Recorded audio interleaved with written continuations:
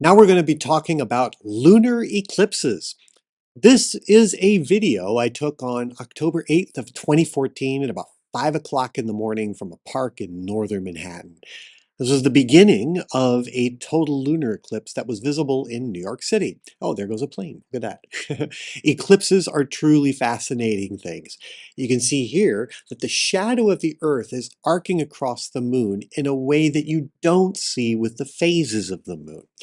This eventually developed into a full total lunar eclipse, but unfortunately for New York City, on that date, the moon was set before totality. So now let's take a look at what we can see when lunar eclipses occur, where the moon passes into the Earth's shadow.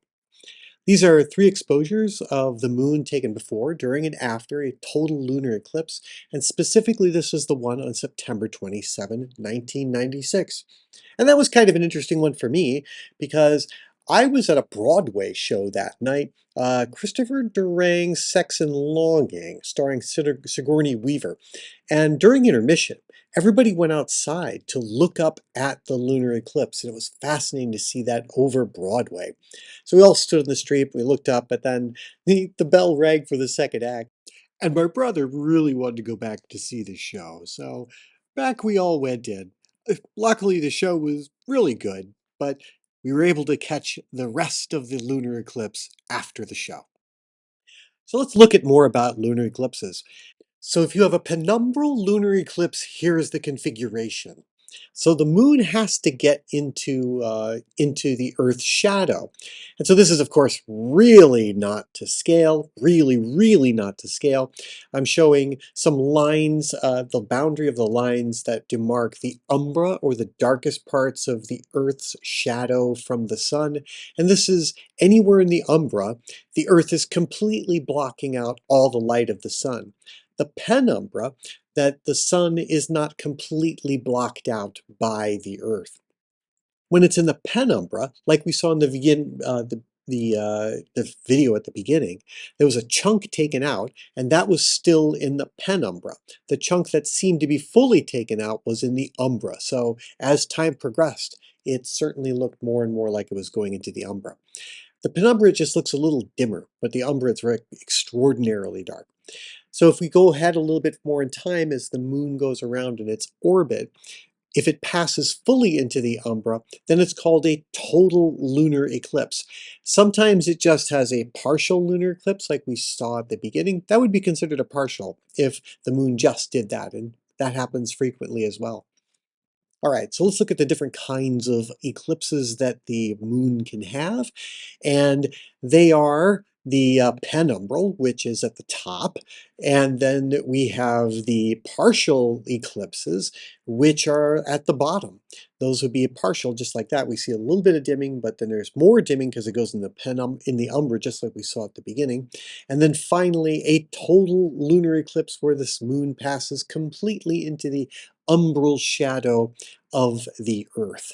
Now, it's also important to note that these don't happen every month. They don't. And the reason is because the moon's orbit is tilted 5 degrees with respect to the Earth's orbit around the sun. So the moon's orbit does not, so the moon doesn't always pass through the shadow. And therefore, we have to look for eclipses during eclipse seasons. And eclipse seasons are when the line of nodes, which is that red line, lines up. So let's see what we have. Because of this tilt of moon's orbit with respect to the Earth's orbit around the sun, they simply don't happen every month because of that tilt. And the ecliptic is the path that's the big blue area, but the tilt is the tilt of the moon's orbit. So at this time in the moon's orbit, if the moon's orbit around the sun, there will be no way at any time for there to be a lunar eclipse because the line of nodes does not point at the sun. Now, if we go across, say, to 6 months later, again, there won't be any eclipses there because the moon is either below the ecliptic or above it. And now, if we get to this point in when the nodes line up and point at the sun, they can happen here. The red line is called the line of nodes, and this is the intersection where the moon's orbit intersects with the ecliptic. However, it might not happen if if the moon is not at the line of nodes for, say, a new moon. So if it's not in new moon phase, then you won't get a total solar eclipse. And if it's not at full moon, you won't get a total or even partial or even penumbral lunar eclipse. So the moon has to be at the line of nodes on that day. And likewise, 6 months later, it can certainly might happen there too.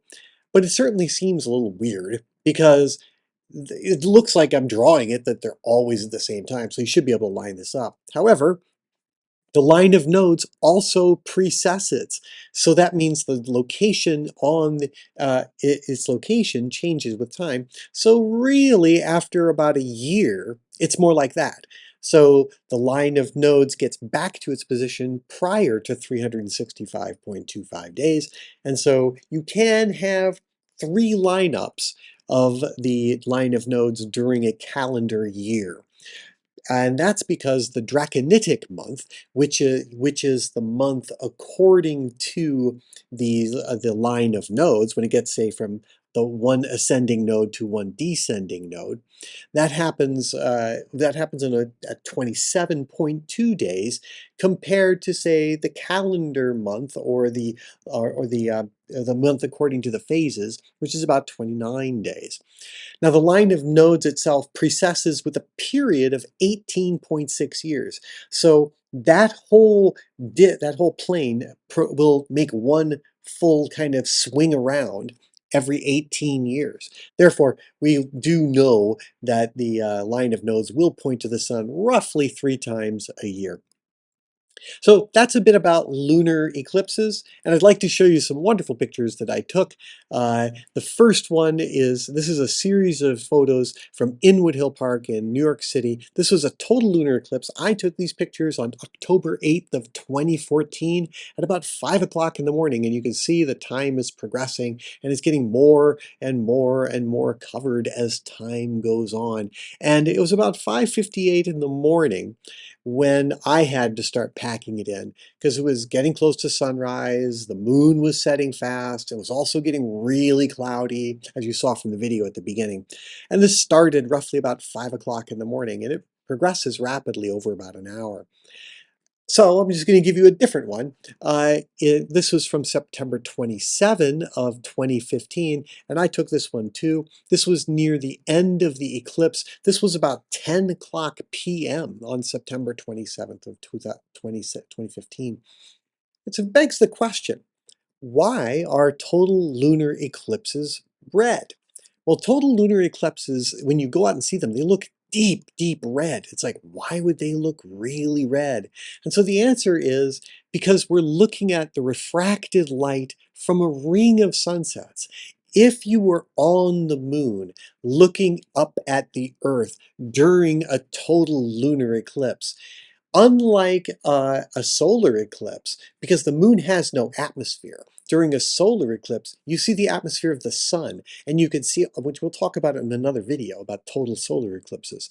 But in a total lunar eclipse, if you were looking from the moon back to the Earth, you would see the atmosphere of the Earth glowing red, because the Earth's atmosphere scatters blue light better than red.